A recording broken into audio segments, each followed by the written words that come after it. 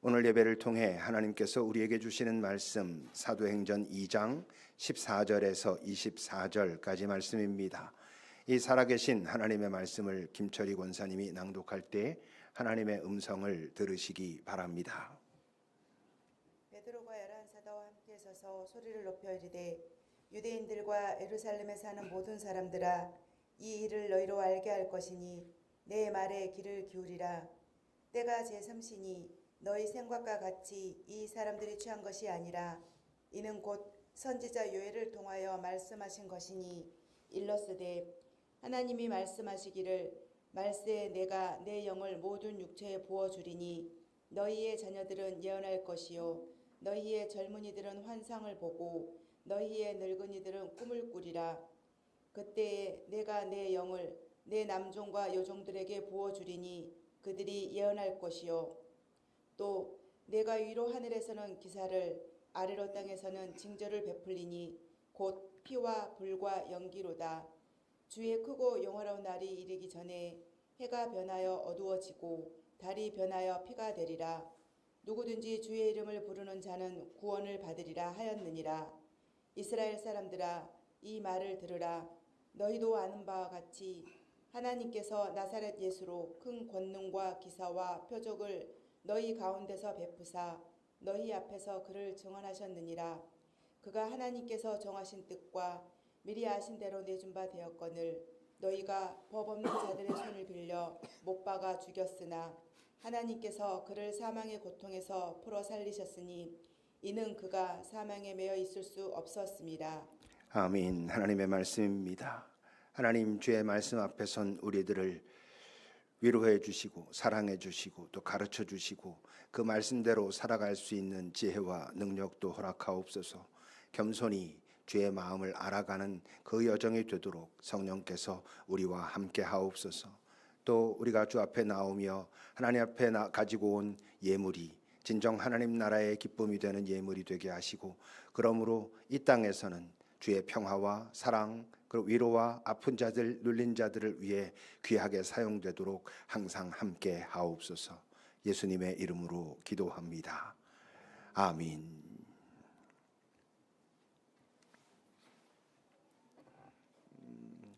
하나님은 완전하신 분입니다. 그렇죠? 예수님도 당연히 하나님의 본체시고 하나님의 아들이시니 완전하신 분입니다.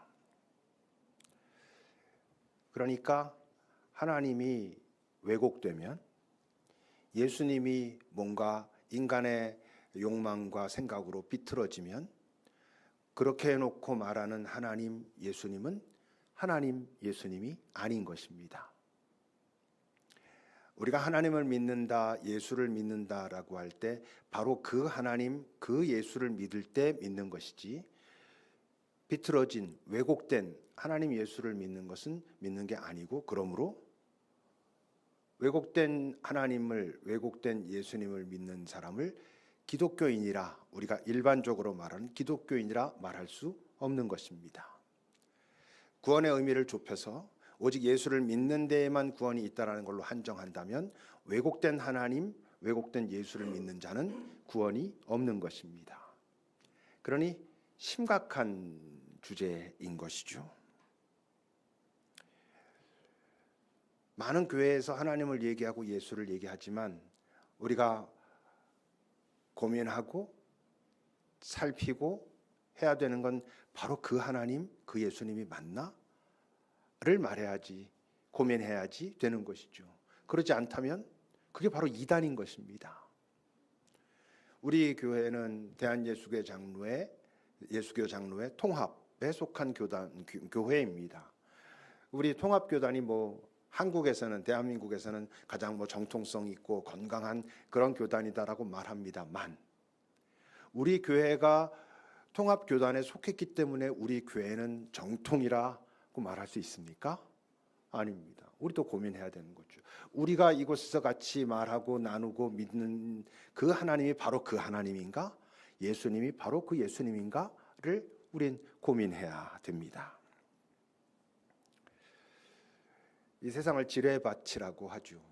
곳곳에 지뢰가 놓여 있는 그런 세상이라 말합니다.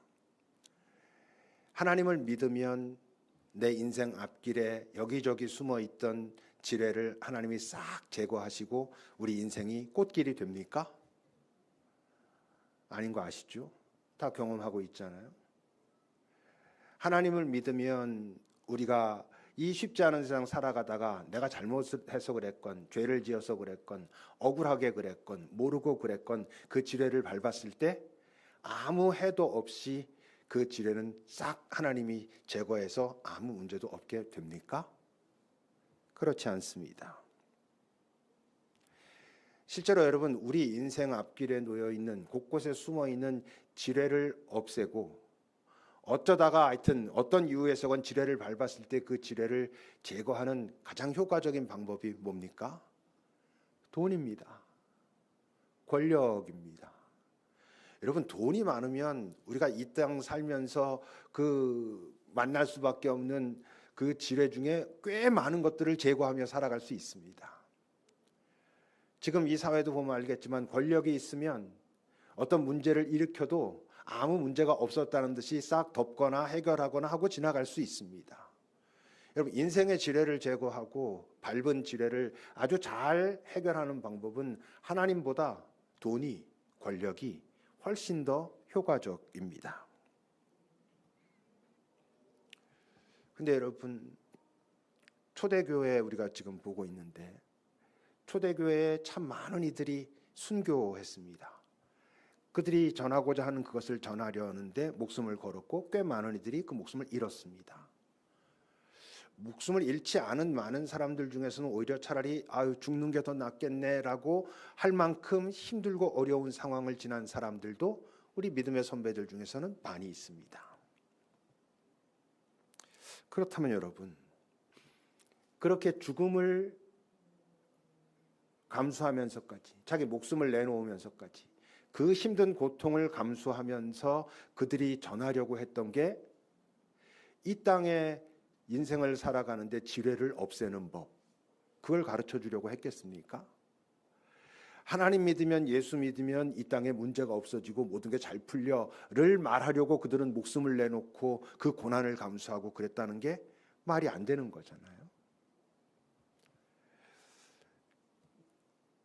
그때는 그랬지만 지금은 달라졌습니까? 그런 말 많이 하잖아요. 그때는 맞고 지금은 틀리다. 그때는 틀리고 지금은 맞다. 그렇습니까? 그러지 않거든요. 요즘 왜 특히 이런 내용들을 강조하냐면 이 내용에 대한, 이 주제에 대한 것이 정리되지 않으면 사도행전은 사실 따라갈 수가 없어요. 왜냐하면 사도행전은 자신들이 전해야 할 그 내용, 복음이라고 우리가 말하는 그것을 전하기 위해서 목숨을 내놓은 사람들의 기록이거든요. 기꺼이 자기의 모든 것들을 내려놓고 고난을 향하여 나아간 자들의 기록이거든요. 그러니까 예수 믿으면 인생의 지뢰는 다 없어져서 꽃길이 되고 예수 믿으면 어떤 문제 만나도 다 해결된다라고 말하는 인식을 가지고는 사도행전을 따라갈 수가 없고, 어쨌건 그 두 개의 하나님은 다른 거고 둘 중에 하나가 맞다면 하나는 이단인 것이죠. 구원이 없을 수도 있는 것이죠. 오순절에 성령이 임했습니다. 오순절에 성령이 임했고 그 성령을 경험한 자들은 마가의 다락에 함께 모여 정말 간절히 기도하면서 그 성령을 경험한 자들은 밖으로 나왔고, 그 오순절 절기에 각처에서 그 오순절 절기를 지키려고 모인 그 많은 사람들 앞에서 그들은 각자의 언어로, 다른 지역의 언어로 말하기 시작했습니다.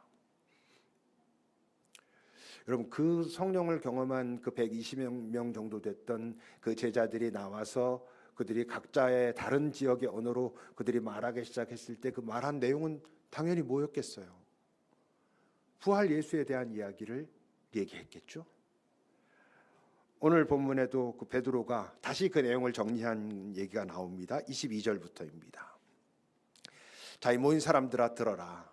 너희 중엔 그걸 본 사람도 있는데 하나님께서 그 나사렛 사람 예수를 통해서 큰 권능과 기사와 표적을 우리 가운데서, 너희 가운데서 베푸셨다. 그렇게 하심으로 우리 앞에서 그가 당신이 보낸 자임을, 당신이 보낸 구원자임을 직접 하나님께서 증언하셨다. 하지만 너희가 로마의 힘을 빌어서 죄 없는 그를 죽였다.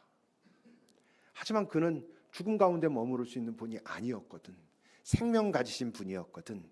그러니 하나님이 당연히 그를 살리셨고, 그리고 그는 그 사망에 매여 있을 수 없었기 때문에 어떻게 하셨다? 부활하셨다라고 말한 것입니다. 근데 지금 예수님이 약 50일쯤 전에 오순절이니까 6월절에 십자가에 달리고 3일 만에 다시 살아나셨단 말이에요. 그거를 실제로 목격한 사람은 별로 없어요. 그리고 지금 여기 베드로가 오늘 말하고 있을 때 모이는 자들은 오순절을 지키기 위해서 세계 각처에서 지금 모여든 사람들이에요. 그러니 예수에 대해서 잘 모르고 있는 사람들도 꽤 많았을 거예요. 뭐 50일 전의 일인데 세계 다른 곳에서 멀리 떨어져 있는 요즘처럼 뭐 인터넷이 있고 이런 것도 아닌데 그걸 어떻게 알겠어요? 대부분 모르는 사람들이에요. 그리고 경건한 유대인들이라 그랬잖아요. 근데 지금 하나님이 어떤 사람을 보냈는데 그가 이 땅에서 죽었는데 다시 부활했다 라는 얘기는 믿기 어려운 얘기잖아요. 낯선 얘기잖아요. 그걸 경험한 제자들도 이게 헷갈려 하는데 처음 그걸 듣는 사람들이 그걸 어떻게 인정하고 받아들이겠습니까? 근데 사람들이 어떻게 반응했죠? 11절을 보세요. 그 사람들이, 제자들이 나와가지고 각자 자기네 지역의 언어로 그 말하는 것을 듣고는 그 부활 예수에 대해서 말했는데, 그 얘기를 듣고는 이들이 뭐라고 인정하냐 하면 하나님의 큰 일을 우리가 듣고 있다라고 말해요. 한 사람이 하나님께서 보내신 사람이고 그가 십자가에 못 박혀 죽었지만 다시 살아났다, 부활했다라고 하는 사실, 그 믿기 힘든 낯선 이야기를 이들이 지금 어떻게 받아들이냐 하면 하나님의 큰 일이라고 받아들이고 있는 거예요. 이들이 이렇게 받아들일 수 있었던 아주 중요한 이유가 뭐죠? 7절과 8절을 보십시오. 그 제자들이 그 허름한 갈릴리 어부 아니면 그 비슷한 유의 사람들이 지금 나와가지고 자기네 언어로 그 예수가 부활했다라는 어떤 그 얘기를 하는 걸 들으면서 너무 놀라는 거예요. 너무 신기한 거예요. 어떻게 이런 일이 벌어질 수 있지? 이들이 다 갈릴리 사람인데 어떻게 우리 지역의 말을 가지고 저 얘기를 하지? 라고 놀랐다는 거예요. 그 뭘 의미해요? 이 경건한 자들이, 그래서 그 오순절 이스라엘의 유대의 절기를 지키러 지금 온 자들이 그 상황을 보면서 어떻게 받아들였다는 거예요? 하나님의 표적이라고 받아들였다는 거예요. 하나님께서 지금 이들과 함께 하셔서 이들을 사용해서 이렇게 하시지 않으면 이런 일은 벌어질 수 없지라고 이들이 받아들이니까, 낯선 이야기, 믿기 쉽지 않은 이야기를 그들이 하고 있음에도 불구하고 그 상황을 보면서 이거 하나님이 지금 큰 일을 행하시는 게 맞네, 이렇게 받아들였다는 것이죠. 여러분, 지금 이들이, 경건한 유대인들이, 각처에 흩어져 있던 유대인들이 유대 말을 몰랐겠습니까? 여러분, 유대인들이 자기 그 유대인이라고 하는 자부심이 얼마나 큰 사람들인데, 더군다나 이들은 지금 유대 절기를 지키기 위해서 일부러 유대 땅 예루살렘에 모인 자들인데 유대 말을 모를 사람이 거의 없었을 거예요. 다시 말하면 그 제자들이 유대 말로 해도 알아들었을 사람이란 말이에요. 오늘 베드로가 다시 설교할 때, 그 설교할 때 베드로는 어떤 말로 했겠어요? 그 예루살렘에서 통용되는 유대 말로 했겠지. 근데 그들이 다 알아듣고 있는 거예요.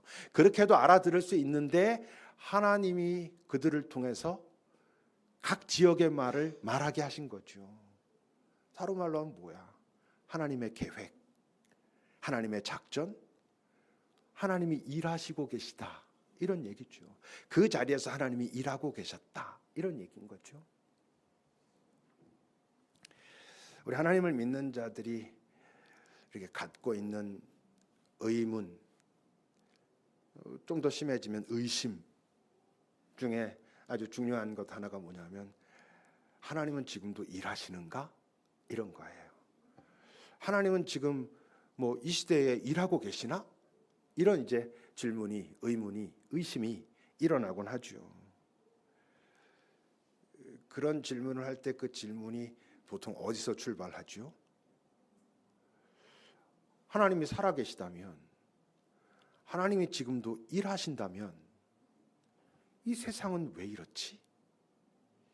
하나님이 살아계시고 하나님이 지금 일하고 계신데 왜 내 인생은 이렇지? 내가 정말 하나님을 신뢰하고 하나님께 간절히 기도하고 그러는데 왜 내 인생의 이 문제들은 이렇게 해결이 되지 않지? 세상에서 벌어지는 그 많은 그 부조화들을 바라보면서 하나님이 살아계신데 왜 이런 일이 벌어지지? 하나님이 일하신다면 이럴 수가 없는 거 아닌가? 우리가 이제 이렇게 되지요.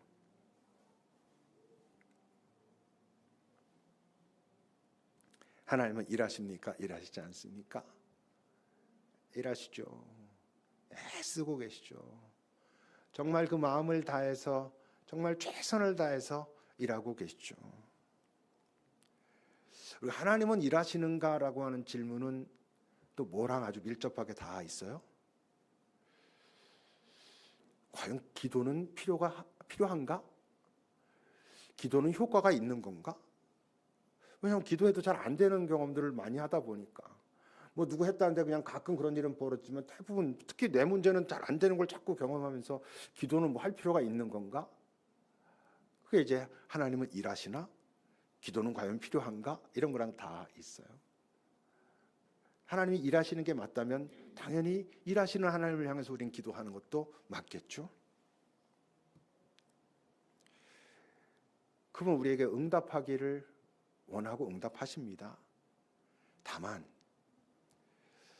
우리가 하나님에 대해서 우리가 기도를 말할 때 비슷한 것 같지만 전혀 다른 표현이 있어요.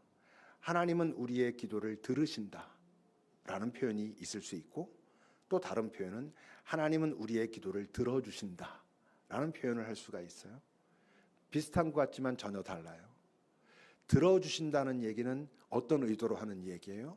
하나님은 내가 기도했을 때 내가 기도한 대로 이루어 주신다라는 게 들어주신다라는 표현이에요. 들으신다라는 얘기는 그분이 내 이 마음속에 있는 그 간구에 귀 기울이시고 내 마음을 아시고 그 마음에 함께 하시고 뭐 아파하시고 뭐 이런 의미로 좀 다른 것이죠. 다윗의 시편 4편을 보십시오. 내 의의 하나님, 내가 부를 때 응답하소서.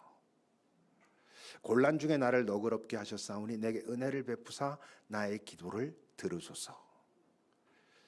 인생들아, 어느 때까지 나의 영광을 바꾸어 욕되게 하고 헛된 일을 좋아하면서 거짓을 그렇게 구하려고 하느냐? 여호와께서 자기를 위하여 경건한 자를 택하신 줄 너희가 알지어다. 내가 그를 부를 때 여호와께서는 내가 부르는 그 소리를, 내가 구하는 그 간구를 들으신다 라고 말해요. 물론 이 속에는 내가 간구하는 이 간구를 들어주소서라는 마음이 왜 없겠어요? 연약한 인간이 그 전능의 하나님 앞에 기도할 때 하나님, 내가 너무 힘들고 아프고 세상에 이런 게 너무나 속상하고, 그런데 하나님 우리의 기도를, 나의 기도를 들어주소서, 이루어 주소서, 해결해 주소서 라는 마음이 왜 없겠어요? 그거 없이 하는 건 또 기도가 아니지. 그런데 그거보다 더 본질적인 건 그분이 지금 나의 기도를 들으신다라는 것이 이 다윗의 지금 기도의 원동력이에요. 시편 5편도 보세요. 여호와여, 나의 말에 귀를 기울이사 나의 심정을 헤아려 주소서. 누구도 또 누구에게도 이 말을 할 수도, 또 그들이 공감할 수도 없지만 주님은 나의 이 마음을 헤아리실 수 있는 분이라는 걸 내가 압니다. 이렇게 말하는 거예요. 나의 왕, 나의 하나님이여, 내가 부르짖는 소리를 들으소서. 내가 주께서 듣는다는 걸 알기에 내가 기도합니다 라고 말하는 거예요. 아침에 주께서 나의 소리를 들으시리니 아침에 내가 주께 기도합니다. 그리고 바라기도 하겠습니다 라고 말해요.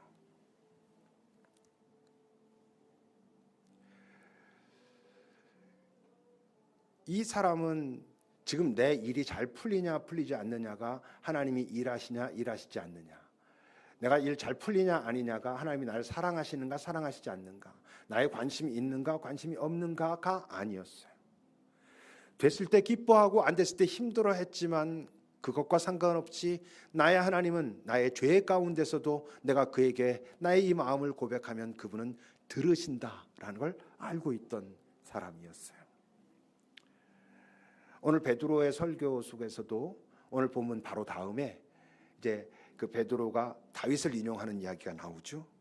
25절부터입니다. 2장 25절부터 보면 다윗이 그를 가리켜 이렇게 말했다. 그 그는 다윗 때는 예수님이 없었으니까 지금 베드로는 예수를 말하고 있긴 하지만, 그러니까 뭐 그는 하나님이어도 괜찮고 예수님이어도 괜찮아요. 다윗이 하나님을 가리켜 예수를 가리켜 말했는데, 내가 항상 내 앞에 계신 주를 보고 있습니다. 내가 그를 만납니다. 나로 요동하지 않게 하기 위하여 그가 내 우편에 계시다는 것을 내가 안다 라고 말해요. 저 상황은 어떤 상황이라는 거예요? 요동할 만한 상황 속에 있다는 거예요. 내가 지금 요동할 만한 상황 속에 있는데 그가 지금 내 우편에 계신 것을 보고 있다 이렇게 말해요. 그러므로 내 마음이 기뻐하였다라고 말해요. 여러분, 그러므로 내 마음이 기뻐했다는 게 내가 요동할 만한 상황 가운데 있을 때 그가 그 요동할 만한 문제를 해결해 주셨으므로 나는 오 할렐루야 그러면서 기뻐했다는 뜻이에요? 아니에요.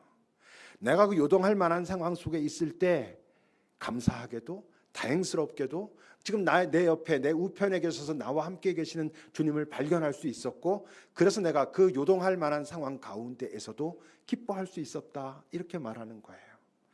그 기쁨 때문에 나는 여전히 찬양할 수 있었고 소망도 놓치지 않고 살아갈 수 있었다라고 고백하는 거예요. 그러니까 지금 저 기쁨은 우리가 지난주에 나눈 말씀으로 하면 밖에서 온 기쁨이 아니에요. 요동할 만한 상황이 해결돼서 오 할렐루야 기쁨, 이 기쁨이 아니에요. 요동할 만한 상황 속에 여전히 있어요. 근데 자기가 혼자가 아니에요. 내 이 탄식을 주께서 듣고 계시고 내 옆에 나와 함께하고 계시다는 걸 보면서 발견해낸 기쁨이에요. 지속될 수 있는 기쁨. 그 기쁨을 가지고 그가 지금 난 여전히 찬양할 수 있고 소망도 놓치지 않을 수 있었다라고 말하는 거예요. 왜? 27절을 계속 보세요. 왜냐하면 이 요동할 만한 상황이 나를 음부에 떨어지도록 하지 않을 거란 걸 안다는 거예요. 왜? 하나님이 나를 지키고 있으니까. 내 이 땅에서의 삶의 지뢰를 만나고 지뢰를 밟았을 때 내 발목이 떨어져 나갈지라도 그런 아픔을 내가 겪을 수 있지만 그것이 내가 영원한 고통과 영원한 버림 속에 썩어짐 속에 빠지지 않을 거라는 걸 내가 알기에 어떻게 알아? 지금 내 우편에서 내 주님이 나를 보고 계시고 나를 붙들고 계시고 나와 함께하고 계시고 나와 함께 울고 계신 걸 보고 나니 이 상황은 정말 힘들고 아프지만 그렇지만 내가 영원한 음부 속에 썩어짐 가운데 빠지지는 않겠다는 걸 내가 알므로 여전히 그를 찬양할 수 있었고 내 소망을 놓치지 않을 수 있었다라고 말하는 거예요. 그러면서 주께서 나에게 생명의 길을 보이셨다. 그래서 내 기쁨이 충만했다라고 말해요. 생명의 길을 보였다는 게 그래서 결국 다 해결해 주셨다라는 뜻이에요? 아니에요. 지금 저 기쁨은 이제 더 이상 문제가 없어져서 모든 문제가 해결돼서 내 앞에 모든 지뢰가 이제는 사라져서 느끼는 경험하는 기쁨이 아니에요. 어떤 기쁨이에요? 그 상황은 좋을 수도 있고 좋지 않을 수도 있지만 내가 지금 걸어가는 그 길이 내 주님과 함께 걸어가고 있는 그 길이 생명의 길이라는 것을 내가 알기에 기쁘다라고 말하는 거예요. 때로 힘들지만 때로는 요즘은 참 편안하고 좋아 하지만 요즘은 건강하지만 요즘은 건강하지 않지만 그런데 그것이 내 기쁨의 핵심이 아니라 내가 여전히 주와 함께 주님의 손을 붙들고 생명의 길을 걷고 있는가를 나는 확인했고 그렇다는 것을 알았으므로 내 주님께서 너 참 수고한다. 참 어떻게 보면 미안하기도 하고 안 됐기도 하고 그런데 근데 참 잘하고 있다. 내가 너를 너무 사랑하고 네가 너무 귀해 하는 그 음성을 내가 여전히 확인하면서 기쁘다라고 말하는 거예요.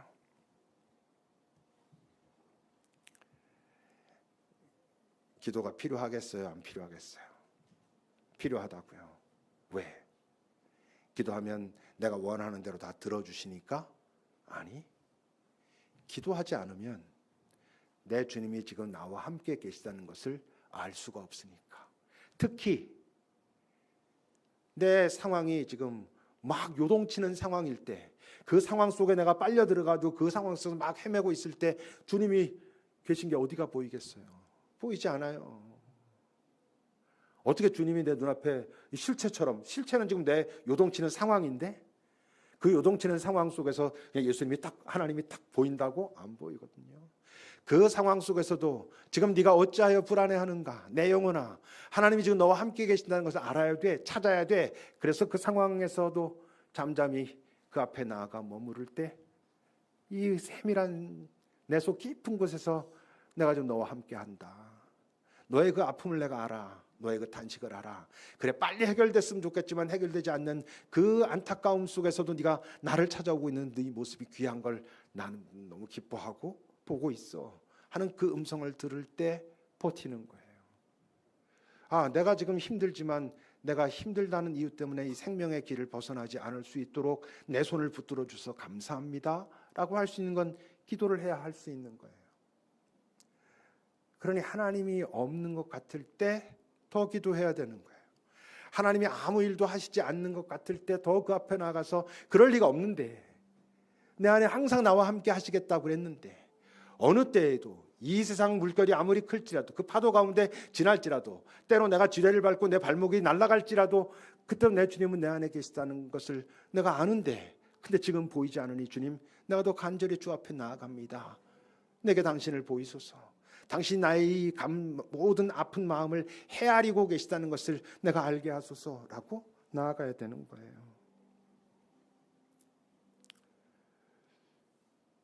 그분이 그런 요동할 만한 상황 속에서 오히려 요동할 만한 상황이기 때문에 더 나와 더 가까이 함께하고 계시고, 그 함께하고 계시다는 것을 내가 확 알겠기 때문에 그 이상한 기쁨, 찾아낸 기쁨, 그 기쁨이 왜 필요해요? 그게 없으면 우린 자연스럽게 만몬을 따라가거든요. 자연스럽게 만몬에게 구하고 있거든요. 아까 말했죠. 우리의 인생 앞에 놓인 지뢰를 해결하는 것은, 여러분, 이 땅에서 그걸 해결하는 것은 하나님보다 돈이 훨씬 더 효과적이고 능력이 있어요. 이 땅의 권력이 이 땅에 벌어지는 많은 일들을 해결하는 데는 훨씬 더 효과적인 거예요. 우리가 그런 존재예요. 연약한 존재예요. 그 기쁨, 그 동행하신다는 확인 없으면 우리가 엄청 나쁘고 악하고 이래서가 아니라 거기로 따라가는 거예요. 어찌할 바를 모르겠으니까.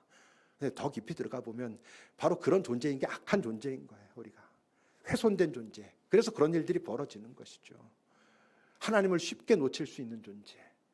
하나님을 놓쳤다기보단 내 안에 계신 하나님을 찾아가지 않는 존재. 왜? 그 상황에 눌려서. 시편 곳곳에서 여러분, 사람들이 지금 나에게 말합니다. 네가 그렇게 말하는 하나님은 어디 계시냐라고 나를 조롱합니다. 그럼 그 조롱에 사람들은 반응하는 거예요. 맞아. 내가 지금 하나님 그렇게 열심히 믿었는데, 내가 그렇게 열심히 뭐 한다고 했는데 왜 나에게 이런 일이 벌어져? 하나님이 계시나? 하나님이 일하시나? 하나님이 나를 사랑하시나? 그 다음엔 어떻게 돼요? 만몬을 따라가는 거예요. 에이, 모르겠다. 눈앞에 좋은 방법, 사람들이 좋다고 하는 방법 따라가는 거예요.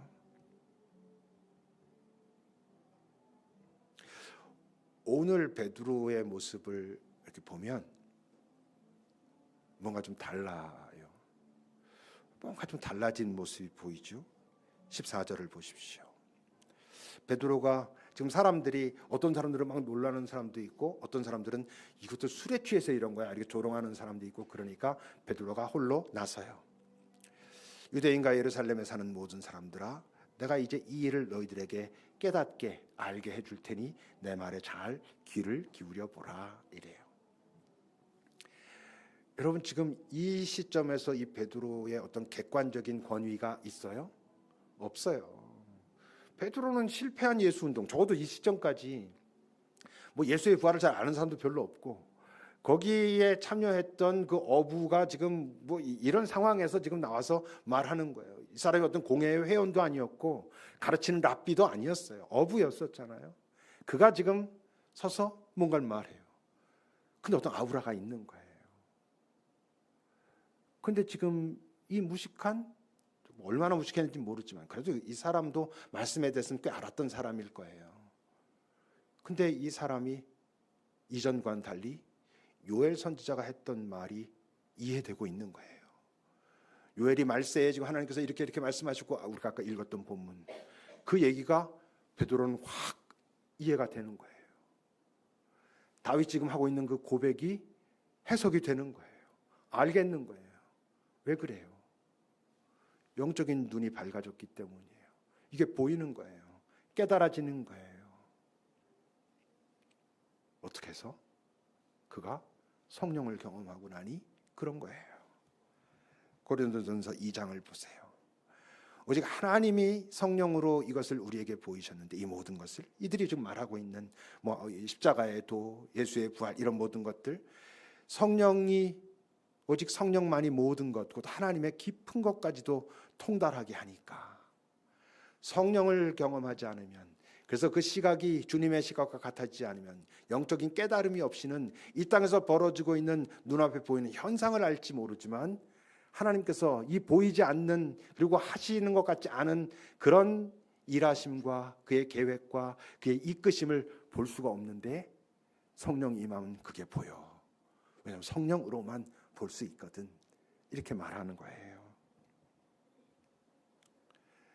이 모든 거를 그야말로 퍼즐이 탁 맞춰지듯이 예수와 함께 지냈던 3년뿐만 아니라 그 전에 자기가 하나님의 말씀이라고 했던 그 모든 성경들이 확 깨달아지면서 그 모든 것이 어디를 향하고 있었다는 걸 알아? 이게 우리가 지금까지 3년 동안 같이 모시고 있었던 예수를 향하여 오고 있었던 것이구나가 확 알게 된 거예요. 그러니 이들이 그 예수를 전하기 시작하는 것이죠. 지금 이 베드로가 깨닫고 있는, 성령으로 인하여 영적인 시각이 생기고 그래서 확 깨달았을 때 지금 깨닫고 있는 그 모든 것을 한 문장으로 표현하면 그게 뭐예요? 21절이에요. 누구든지 주의 이름을 부르는 자는 구원을 받으리라. 예수 믿습니까? 그럼 네, 예수 믿습니다. 주님 말이 우리의 구원자이심을 믿습니까? 네, 믿습니다. 교회마다 말하지. 교회에서 그렇게 물었는데 아멘 하지 않을 사람이 어디 있어요? 근데 어떻다고? 확인해야 된다고. 뭘? 주라는 뜻은 주인이란 뜻이에요. 구원은 하셨다라는 것은 구주다, 구원자. 그러니까 우리가 예수는 나의 구주여 주이십니다, 주님이십니다 그럴 때 예수께서 나를 구원하셨고 그래서 이제 예수님은 나의 주인이 되셨습니다, 이런 뜻이에요.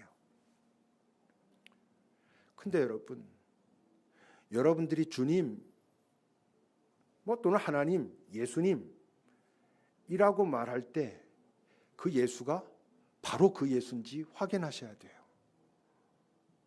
여러분들이 하나님을 불러 외칠 때 하나님은 내가 기도하기만 하면 다 들어주시는 분이라고 하고 들어줄 때까지 간절히 기도하면 무조건 돼. 만몬에게 기도하고 있는 것일 수도 있어요. 만몬이 더 힘이 세다고, 그런 쪽에는요. 여러분, 예수가 나의 구원자라고 말할 때 내가 말하는 예수가 그 예수인가를 확인하셔야지 돼요. 이게 여러분 중요한 문제예요.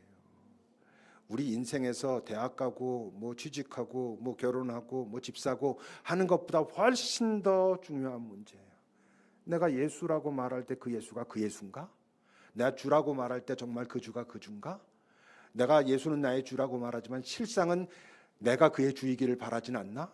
내가 그의 이 땅에서의 모든 원했던 사역을 돕는 게 아니라 그가 나의 모든 것을, 내 인생을 돕기를 원하고 있진 않나? 이런 것들을 고민해 보지 않으면, 자주 말하잖아요. 막판 그 자리에 갔을 때 난 너 몰라, 이렇게 될 수 있다고요. 바로 그 예수, 바로 그 하나님, 지금 내 그 현장이 요동할 만한 상황이건 요동하지 않을 만한 좋은 편안한 상황이든 바로 그 예수를 믿고 그 예수와 함께 있다면 구원이라고 우리가 말할 때, 구원은 여러분 저 세상 얘기가 아니에요. 죽으면 가는 것이 구원 아니에요. 구원은 오늘의 사건인 거예요. 오늘 구원받는 자가 내일도 또 구원받는 자가, 그래서 매일매일 구원받은 자의 결과로 저 세상의 구원에 이르는 거예요. 오늘 구원 없고 내일도 구원 없고 헤매고 맨 만mon에게 찾아다니고 그냥 이게 되지 않는다고 맨날 왜 날 안 도와주냐고 헤매고 있다가 그 하나님 진짜 하나님 아니라니까. 그렇게 살다가 그래도 죽으면 천국 가겠지. 아니라고요. 오늘 구원받아야지 죽으면 천국 가요. 내일도 또 구원받아야 죽으면 천국 가요. 오늘 구원이 뭐예요? 오늘 내 그 현장이 어떠하든지 그 현장에서 주를 발견하고 주의 지혜를 구하고 주의 동행을 구하면서 내 그 상황이 요동치든지 치든지 않든지 내가 가는 길이 생명의 길을 향하여 가고 있는가를 확인하면서 한 걸음씩 내딛는 그 삶이 오늘 구원받는 삶이에요. 내일도 그것을 확인하고 또 살아가야 내일도 구원받는 거예요. 그런 삶의 결과로 우리는 영원의 구원에 도달하는 거예요. 그러니 여러분, 예수 한번 믿는다고 고백했으면 그러면 천국 가, 이렇게 쉽게 말하면 안 돼요. 아까 처음에 시작할 때도 말했지만 왜곡된 하나님, 왜곡된 예수를 배우고 있다면, 말하고 있다면, 따르고 있다면, 믿고 있다면, 구하고 있다면 기독교인이 아니에요. 그러니까 우리 교회에서 제가 여기서 여러분들에게 전하고 있는 이 말씀이 그 하나님을, 그 예수를 전하고 있는 거 여러분들도 식별하셔야 돼요. 여러분들 홀로 식별할 자신이 있으면 홀로 하시고, 아니면 서로 묻고 고민하고 만나 나누고 하면서 이거 확인해 가야 돼요. 그런 말 한 적도 있어요. 어떤 친구가, 목사님은 무슨 선지자가 되고 싶으십니까? 이런 얘기를 한 적도 있어요. 제가 자꾸 이런 얘기 하니까 제가 무슨 선지자가 되고 지금 선지자가 될 수도 없고 고민을 하는 거죠. 내가 지금 말하고 있는 하나님이 그 하나님 맞나? 우리가 지금 나누고 있는 하나님, 우리가 믿고 있는 하나님, 우리가 기도하자 하는 그 대상이 그 하나님 맞나? 우리가 기도하는 목적은 무엇인가? 이런 것을 고민하지 않으면